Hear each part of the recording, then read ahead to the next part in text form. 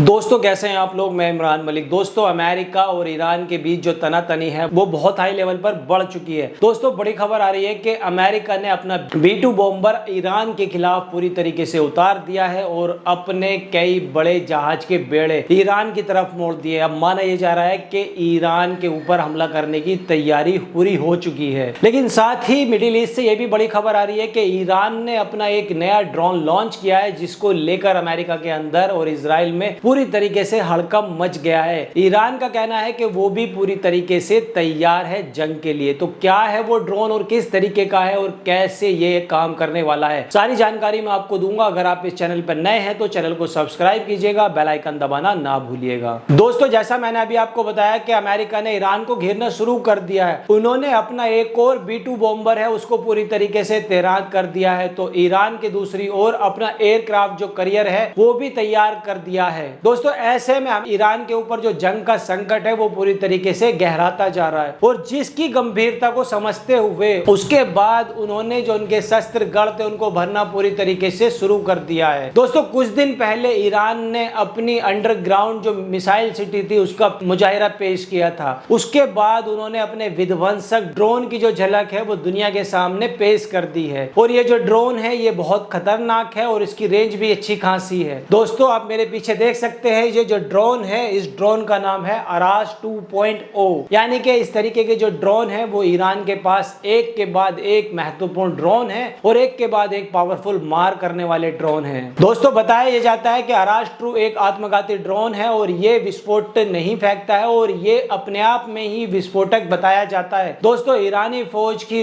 जो ग्राउंड फौज है, दोस्तों जनरल क्यूमर हैदरी ने बताया है कि अराज 2 लंबी दूरी तक ये मार करने वाला ड्रोन है और ये अहम ड्रोन के अंदर एक अहम रोल निभाता है और टारगेट को बेहद सटीकता से ये भेज सकता है। दोस्तों उन्होंने कहा है कि अराज 2 लंबी दूरी तो तय कर सकता है बहुत आसानी से और साथ में इसके अंदर रडार से बचने की भी क्षमता है। यानी कि ये रडार के अंदर नहीं आ सकता है, रडार को भेजते हुए ये मार कर सकता है। यानी कि अपने एरियल व्हीकल यानी कि ये ईवी है और बेहद विनाशकारी है। और साथ ही साथ इसकी जो रेंज बताई जा रही है वो 2000 किलोमीटर तक की है। और साथ ही वो कहते हैं कि ये अत्याधुनिक तकनीकी के लिए जिससे देश के रक्षा उद्योगों के द्वारा और बड़े बड़े इंजीनियरों के द्वारा इसको तैयार किया गया और इसका जो निर्माण है वो बड़े पैमाने पर तैयार किया गया है। दोस्तों साथ ही साथ वो कहते हैं कि निर्धारित लक्ष्य पर हमला करना और उसे नेस्त नाबूद करने से पहले ही सफलता पूर्वक जानकारी भी प्राप्त कर सकता है। दोस्तों ब्रिगेडियर जनरल क्यूबा सैलरी ने यह भी बताया कि साल 2022 में साफ तौर पर उन्होंने कहा था कि ड्रोन इजराइल के कब्जे वाले जो इलाके हैं जैसे तेल अवीव और जो हाइफा है, उनके जो तटीय इलाके हैं उनको पूरी तरीके से निशाना बनाने के लिए डिजाइन किया गया है। दोस्तों हालांकि उन्होंने उस समय ये बात कही थी और इजराइल के लिए उन्होंने ये बात जरूर कही थी, लेकिन अब जो हालात हैं वो पूरी तरीके से बदल चुके हैं कि अगर अमेरिका ईरान के खिलाफ जंग छेड़ता है तो ऐसे में जो ड्रोन है वो ईरान के लिए जरूरी हथियार और जंग को एक निर्णायक रूप देने के लिए पूरी तरीके से तैयार है और वो काम भी कर सकता है। और ये जो ड्रोन है इसको तेज रफ्तार देने की पूरी तरीके से कोशिश की गई है, इसलिए इसके पंखों को डेल्टा प्रकार से बनाया गया है। दोस्तों तमाम पाबंदियों के बीच ईरान रक्षा के क्षेत्र में आत्मनिर्भर बन चुका है। आपदा में अवसर कैसे